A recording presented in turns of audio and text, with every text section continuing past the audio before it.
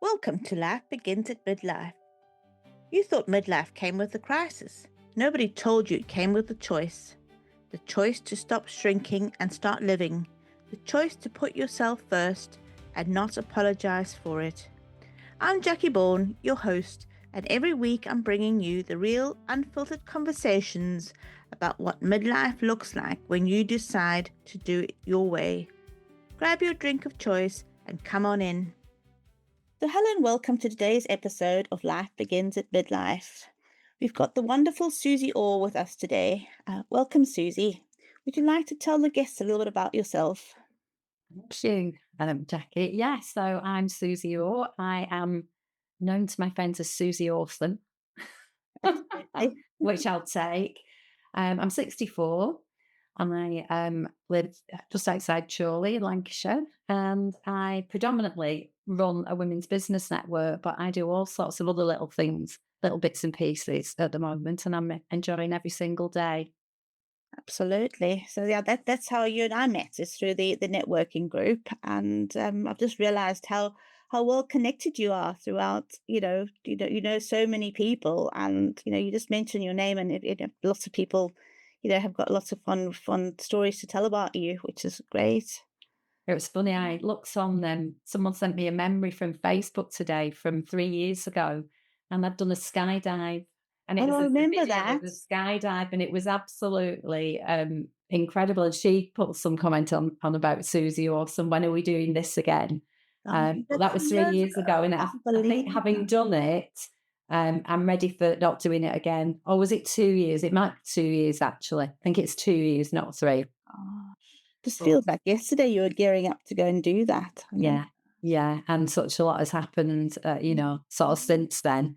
Yeah. And then, of course, I had my claim to fame, which I love sharing with people, is that my boobs have been all over Granada land. Because Oh, after yeah. my breast cancer diagnosis, Granada Reports, our local TV news, asked if they could follow my story. So I agreed, warts and all. So they followed me through surgery, chemotherapy, radiotherapy, mammograms, all sorts of things like that. Um, and it's quite funny when you've done something like that. I once got stopped at the Trafford Centre by two ladies who I thought were going to ask me for directions. And this lady said, "Are you the lady that was on Granada Reports?" And I said, "Oh, yeah." I said, "I was." She said, "We went and had our mammograms because of your story." Oh, And I wow. just said, "Oh my goodness." And her name was Sherry because I asked her name. And I said, "Thank you so much for saying that. My job is done," because that was the reason I did it, because I didn't know, I'd no history of cancer. I went for a routine mammogram, I had no lumps or bumps or anything. And I went for a mammogram and they found that I had breast cancer. So I was having a bit of a I don't know what the word is, but a bit of a ramping. I knew lots of ladies still didn't go for mammograms, and I wanted to do a bit of a shout out of the importance of taking the time to have your mammograms. Absolutely. Yeah, and it was interesting. Wow. Yeah. So you're famous now as well, hey? Well, I don't know about that, but yeah, You're I definitely like, famous. when you're doing these little icebreakers at networking events and someone will say, "Have you got anything interesting?" I like to say, "My boobs have been all over Granada land." It always amuses people. Absolutely. That definitely opens the topic for conversation then. Yeah, yeah. So that's also led you then to doing lots of other interesting things. I mean, you had a charity at one point, which you raised a lot of money for. We did. Yeah. So when I got my diagnosis, I reached out to Debbie Dowie, who runs Boot Out Breast Cancer. Um, I'd supported her ladies' lunches actually for quite some years, and they were really good. They were so.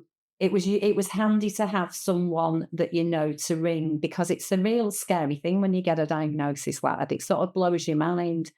So it's really nice having people to talk to who've been through it and actually understand.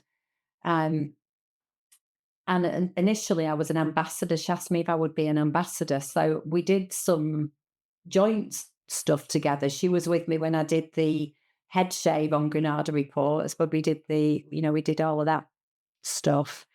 And then I had a conversation with my consultant about a particular machine. It was called an IORT machine. It was £500,000. And they told me that if Chorley Hospital had had one, I wouldn't have had to go to Preston for 10 days in the following January every day for radiotherapy.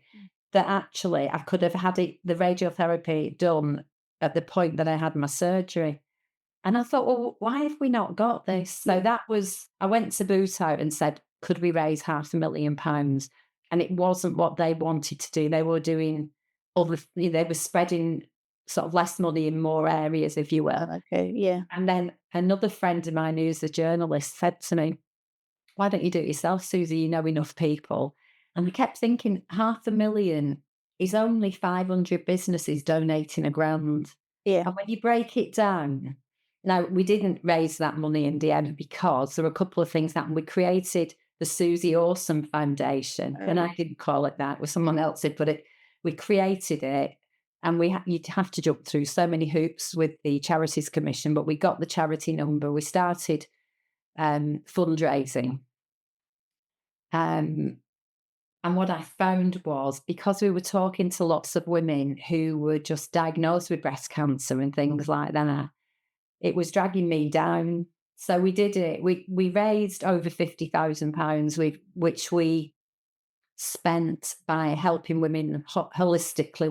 We have a lady, Jackie, who you know, who does oncology massages. So we bought a block of them, and we were sharing them with ladies who've been diagnosed. They could go and have an oncology massage. We also did the same with some oxygen hyperbaric Oh, yeah. treatment.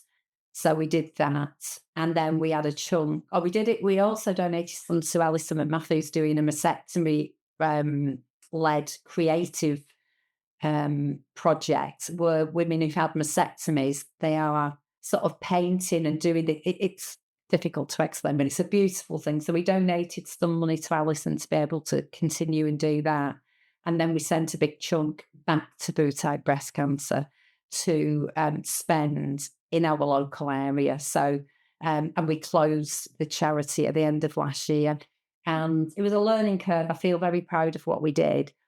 However, what I hadn't realised is I would be staying in that breast cancer thing, that Yeah. bubble. And And I felt that I needed to get out of it. I needed to move on from it because it is very emotional. And when ladies are newly diagnosed, and I was chatting to lots of them, it was taking me right back to my diagnosis, and it's a real tough thing. So yeah, that's something I've sort of left in the past now, but really proud of what we did and how we absolutely, helped lots of ladies with it. absolutely. But that's then led you on to other things as well, because you've done that, and then from that, you've created your own little life as well. You've bought yourself that camper van. I have. So So exciting.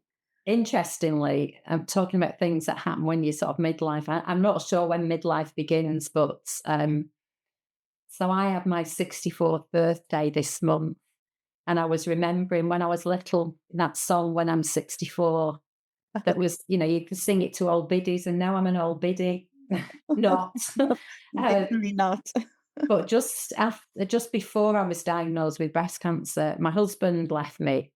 And so that was a shock because I thought we'd worked through whatever we did, but it was the third time he left. So it was sort of a big girl pants on moment. Yeah. I changed the locks and filed for divorce. And I felt really empowered by doing that because he'd done this a couple of times before, and I kept getting dragged into, making promises and I'm going to change and stuff. Mm. So I was just dealing with being single again in my 60s when I got the breast cancer diagnosis. And obviously that takes it out of you. I still struggle with walking and stuff, sometimes pain in my bones because of some of the bone infusion treatment that I'm still having, and I'm on medication for life, really. And it makes you very vulnerable in terms of your physical self. Chemo wrecks your body. However, I just keep that real positive outlook because it's made me realize I'm grateful every morning just to wake up and to be here. And I think it's a shame that you get to that age and these things happen, these really horrible things, because on paper, 2023 should have been my worst year ever. It was my worst year ever on paper. I lost my lovely stepdad who'd been in my life for over 40 years. Um, but actually, from where I sit now, it was the best thing that could have happened to me because I literally lived my best life. I booked plenty of holidays. If there's something I want to do, I do it. I think that was why I did the skydive as well, because you talk about doing these things and actually don't get around to doing them. And like you say, one of the things I did at the beginning of this year was bought a camper van, which I've called Lola in homage to Okay. the love of my life, Mr. Barry Manilow. Oh, yes. You've just been to see him again, have you not? So I was third row at Liverpool on Saturday, and I've sent him a happy 83rd birthday wish today. It's his birthday today. Happy birthday. Um, I've been a fan since I was sort of 16, 17, and he never fails to impress me. And he's just recovering from lung cancer as well. So it was very poignant, that show on Saturday. It was quite emotional because I think lots of us know that he probably won't be over here touring again after this one. But I did say to my mum, maybe I'll have to go to the Westgate Centre and watch him in Vegas. Oh, here And you go. to which my mum said, it was something profound, but it was about having no regrets. And I'm definitely someone that has no regrets about anything. But Absolutely. yes, so Lola, I bought, and my lovely little Daisy Doodle dog and I have been on a couple of adventures. We've been up to the lakes and we've been to the Cotswolds, and we've just planned. Oh, I've just planned a route in August, so we're going to go up to Scotland for 2 to 3 to 4 weeks. It's open ended because I'm just feeling very free, which is liberated, and I do these things because I can. Yeah. And and the other thing is that, the creating an income when you've had something like this. I feel like I'm unemployable, and I have the network, which I absolutely love. I've started doing some exec assistant work for a couple of ladies who are running their own businesses, and that's working really well. And I also been looking after some dogs, boarding them when Oh, their parents go on holiday. Small dogs, similar to Daisy. So as long as they get on with Daisy and they move in, and actually, it's quite interesting. But I've just made some friends with some of the lovely women who drop the dogs off here. So some of the women now are coming on the ladies' lunches that we do through Unique Ladies. Um, yeah, life is good. Life is great, actually. Yeah, it just shows you can look at something that happens, in your life as a negative, or you can spin the positive as well on it. And, you could have just closed up shop and said, well, I'm over 60. I've got a breast cancer diagnosis. I'm just going to sit here in my chair and wait for time to pass until I'm no longer here. Whereas you've flipped the switch completely and you're living a better life now than what you probably lived prior to that. I certainly am. And I think the other thing that I became very aware of is the importance of what you put in your body and on your body. Because I think I've probably told you before about this app I use called Yucca, that you can scan barcodes in the supermarket.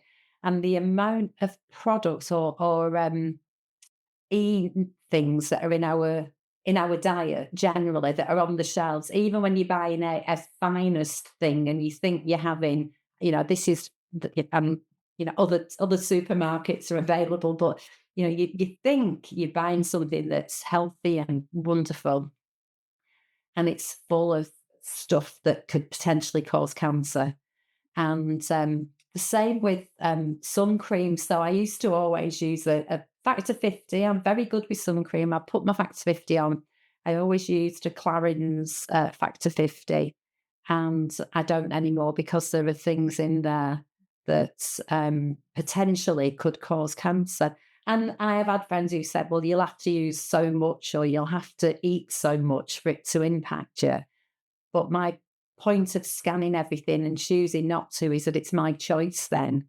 Absolutely. Um, But you I also don't know the really compound of it because if you're putting something on your skin, you're now eating something, you don't know how it's all compounding together. So it might only be a small bit from each thing, but the amount of different things you're putting in, it could all just add up. It does add up, and I am convinced that the reason there are so many kids today with allergies is because of this, because there are so many fake, artificial things in our food. And my favourite story is I was stuffing my face with some finest Madagascar vanilla ice cream, Uh, and I was eating at the bottom. I'd nearly gone through the carton over, a period of time, but I was just not all in finishing one it sitting, on, not Nancy. on one sitting, no. I don't usually eat it out the carton, but I got it out and there was a tiny little bit. This was last summer. And as I'm sitting eating it, enjoying it, I thought, oh, I didn't scan that. And I scanned it and there was something in it called E540 locust bean oil or something or other. And you can click on this app, the Yucca app. You can click on it. It breaks down what's harmful and what's potentially harmful. And some things have a bad mark because there's just got too sugar in. Like I eat Fig biscuits. I love Fig biscuits, but they don't come up very high because there's quite a lot of sugar in. But that's my choice then, Yeah. and it's moderation. But this finest ice cream that I was having, when I clicked down on this thing, there was actually, the wording was something like, could be linked to the cause of breast cancer. And Oh, I was like, what on earth? Why do I not know ice that? cream. You wouldn't think it would have anything No, harmful in it. no, but it's this E540, and it's in other things. It's in lots Mm. of things. I'm very conscious now. They sneak it into I, all sorts now. yeah, yeah.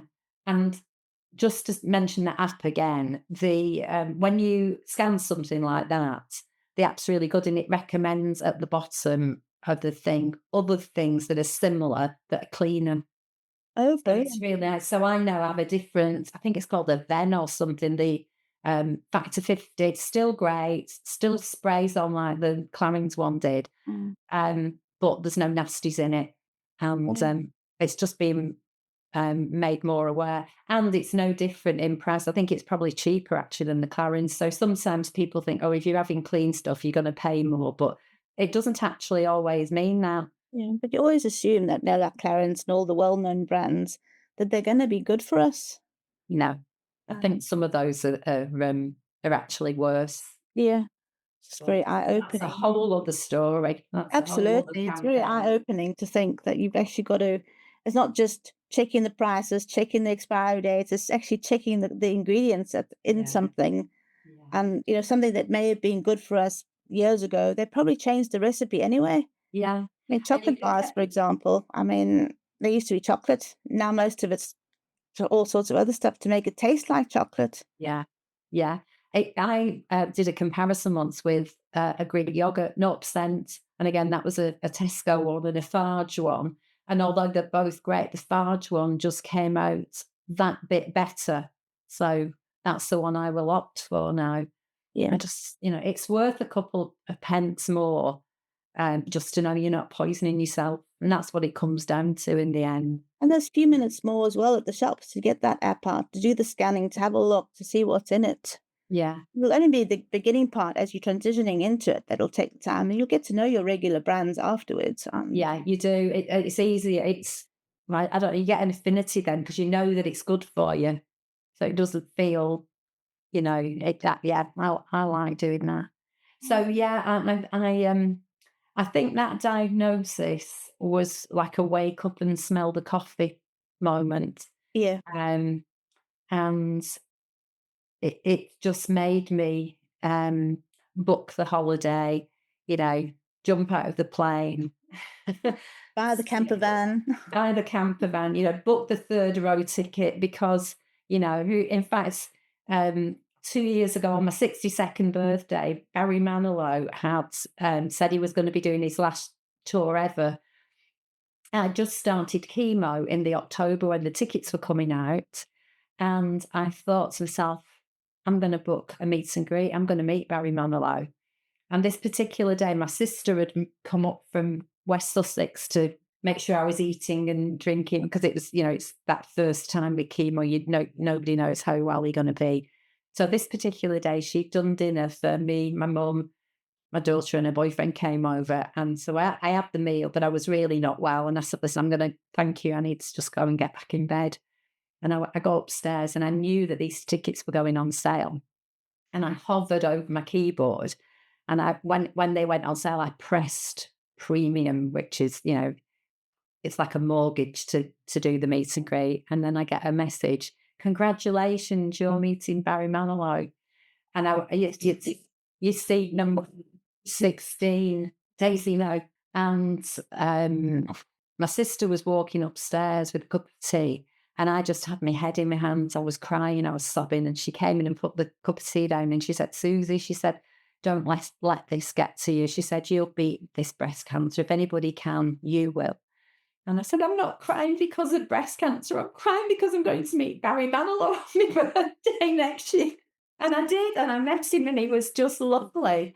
He was just the most generous, lovely man. Yeah, he Gave was. you something to look forward to as well while you were going through that process. Oh, absolutely, absolutely, and like booking those exotic holidays. So I always have something booked in advance. I'm always going somewhere, ticking them off the list because you just don't know what's around the corner. You don't. I mean, just in the network, we lost one of our fab ladies to cervical cancer. We were having chemo at the same time, and it's just so sad. And I actually said, and she's another Jackie, and I actually said to her son, I'm living my best life now because your mum can't. So those people that we've lost, and I know there's a few ladies that haven't made it, get emotional thinking about it. I struggled to begin with, but now I live every day as best I can in honour of those ladies that couldn't get them. And it's also being an example to the other ladies that are going through it as well, to show that, if you keep focusing on looking forward to things in the future, it helps you. It Yes. might not cure you, but it keeps you focusing on the positive. Yeah. And the breast care nurse that I have at the hospital, Karen, she said to me very early on, the one thing they look for when you walk through that door is your outlook. And she said, from the minute we met you, we thought Susie's going to be fine because she's just on it. She's just positive. There was never, I never saw it as a negative. I never thought this is going to beat me. You know what? You worry every day if you have a lump or a bump. And I've had trouble with my leg recently. And the breast cancer I had, there's so many different ones, but this apparently can come back in your bones. So you do worry. You worry every time you have an ache or a pain. It's something that once you've been diagnosed, I don't think it ever leaves anybody. But you learn to live with it and you learn to, live in spite of it. And it's just it's so common. I think the only thing you can do is just be responsible, like saying, just keep putting good into your body and on your body um, and just keep a positive attitude about Yeah. it. That's the big thing as well, is that positive attitude. Yeah. And, I'm not like this all the time. I must just put it, out there. I've woken up some mornings and just wanted to stay under the duvet. Mhm. And I have that minute of let's just have a minute and just breathe. And then think of all those things. Think of, Jackie would be giving her right arm to be up and about now and Yeah. still living her life.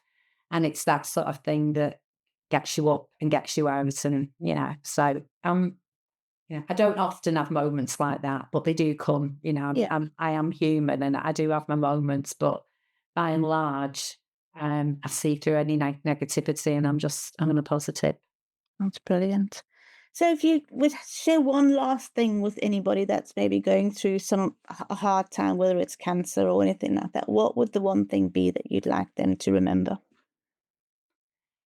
The one thing I think, life happens. Um, I could. There's all sorts of quotes that you get bombarded with, but I think the one that I quite like, which is a very simple one, is this too shall pass. Whatever you're going through, we all have those moments, don't we? We all have times when something is really not fair and not going in your direction, but this too shall pass. Mm, that's brilliant. So, yeah. So it was really lovely having you here today and to have a little glimpse into what's been going on for Susie over the last little bit of couple of years. And we'll get you back at some point again, and you can share the next little phase of what you've been up to. But yeah, thanks very much for your time today, Susie. It was lovely having you. Oh, you're very welcome, Jackie. Thank you so much. And that's a wrap on another brilliant conversation. I hope it's left you feeling fired up, inspired, and ready to take on whatever this next chapter has in store for you. If you've loved this episode, hit subscribe so you never miss a thing, and share it with a midlife woman in your life who needs to hear it. That's how we build this revolution, one conversation at a time. And if something we talked about today has sparked something in you, come and find me, book an insight call, and let's talk about what's possible for you. Or follow me on Substack, where I go even deeper between episodes. Links for everything are in the show notes below. Until next time, remember, life doesn't just begin at 20, it begins again at midlife. See you next week.